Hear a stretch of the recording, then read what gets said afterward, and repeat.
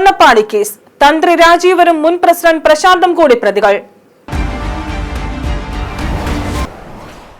രാഷ്ട്രീയ ഭരണപരമായ വിവാദങ്ങൾക്ക് വഴിവെച്ച ശബരിമല സ്വർണ്ണക്കൊള്ള കേസിൽ നിർണായക വഴിത്തിരിവ്.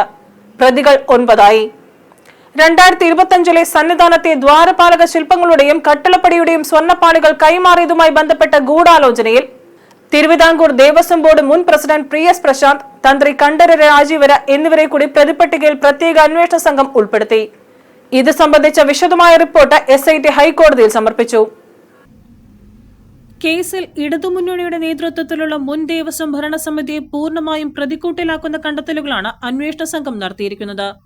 പൂർണ്ണമായ അറിവോടും ബോധ്യത്തോടും കൂടിയാണ് PS പ്രശാന്തും മുൻ ഭരണസമിതി അംഗങ്ങളും സ്വർണ്ണപ്പാളികൾ സ്വകാര്യ വ്യക്തികൾക്ക് കൊടുത്തുവിട്ടതെന്നാണ് SITയുടെ പുതിയ കണ്ടെത്തൽ. ഇതിന്റെ അടിസ്ഥാനത്തിൽ മുൻ പ്രസിഡന്റ് PS പ്രശാന്തിന് പുറമെ അന്നത്തെ ബോർഡ് അംഗങ്ങളായിരുന്ന അജികുമാർ, സന്തോഷ് കുമാർ എന്നിവരെയും പ്രതി ചേർക്കും. കേസിലെ പ്രധാന അഴിമതിയുമായി ബന്ധപ്പെട്ട് ഈ വർഷം ജനുവരിയിൽ അറസ്റ്റിലാവുകയും പിന്നീട് ജാമ്യം ലഭിക്കുകയും ചെയ്ത തന്ത്രി കണ്ഠരര് രാജീവർക്കും 2025 സ്വർണ്ണപ്പാളി കൈമാറ്റത്തിൽ കൃത്യമായ പങ്കുണ്ടെന്ന് റിപ്പോർട്ടിൽ പറയുന്നു.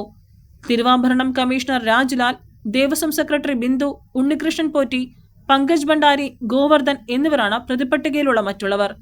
അതേസമയം അടുത്തിടെ അന്തരിച്ച മുരാരി ബാബുവിനെ പ്രതിപട്ടികയിൽ നിന്ന് ഒഴിവാക്കിയിട്ടുണ്ട്. ഹൈക്കോടതിയുടെ യാതൊരുവിധ മുൻകൂർ അനുമതിയും വാങ്ങാതെയാണ് 2025 സന്നിധാനത്തെ ദ്വാരപാലക ശില്പങ്ങളും കട്ടിളപ്പടിയും സ്വർണം പൂശാനായി സ്മാർട്ട് ക്രിയേഷൻസ് എന്ന സ്വകാര്യ സ്ഥാപനത്തിന് കൈമാറിയതെന്ന് SIT ചൂണ്ടിക്കാണിക്കുന്നു. മാത്രമല്ല, മുൻപ് 2019 നടന്ന സമാനമായ സ്വർണ്ണ ഇടപാടിലെ വൻ വീഴ്ചകൾ മറച്ചുവെക്കാൻ ഈ ഭരണസമിതി ബോധപൂർവം ശ്രമിച്ചു. വെറും 6 വർഷത്തിനുള്ളിൽ ശബരിമലയിലെ സ്വർണത്തിന്റെ നിറം വാങ്ങിയിട്ടും അതിനെക്കുറിച്ച് കൃത്യമായ അന്വേഷണം നടത്താൻ അന്നത്തെ ബോർഡ് തയ്യാറായിട്ടില്ലെന്നും റിപ്പോർട്ടിലുണ്ട്. ശബരിമല സ്വർണ്ണക്കേസിലെ അന്വേഷണം അനിശ്ചിതമായി നീട്ടിക്കൊണ്ടുപോകാൻ കഴിയില്ലെന്ന് ഹൈക്കോടതി കർശന നിലപാട് സ്വീകരിച്ചിട്ടുണ്ട്.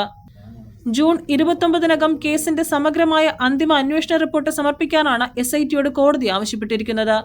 റിപ്പോർട്ട് SIT കോടതിയിൽ സമർപ്പിക്കുന്നതോടെ പൂർണ്ണമായ കണ്ടെത്തലുകൾ പുറത്തുവരുമെന്നാണ് പ്രതീക്ഷ. ഇതിനു മുന്നോടിയായി പുതിയ പ്രതിപട്ടിക ചേർത്തുള്ള റിപ്പോർട്ട് വൈകാതെ തന്നെ കൊല്ലം വിജിലൻസ് കോടതിക്ക് SIT കൈമാറിയേക്കും. പുതുതായി പ്രതികളാക്കപ്പെട്ട ഉന്നതർക്കെതിരെയുള്ള തുടർ നടപടികൾ അതിന്റെ അടിസ്ഥാനത്തിലാകും ഉണ്ടാവുക. News desk, Janashabdam news.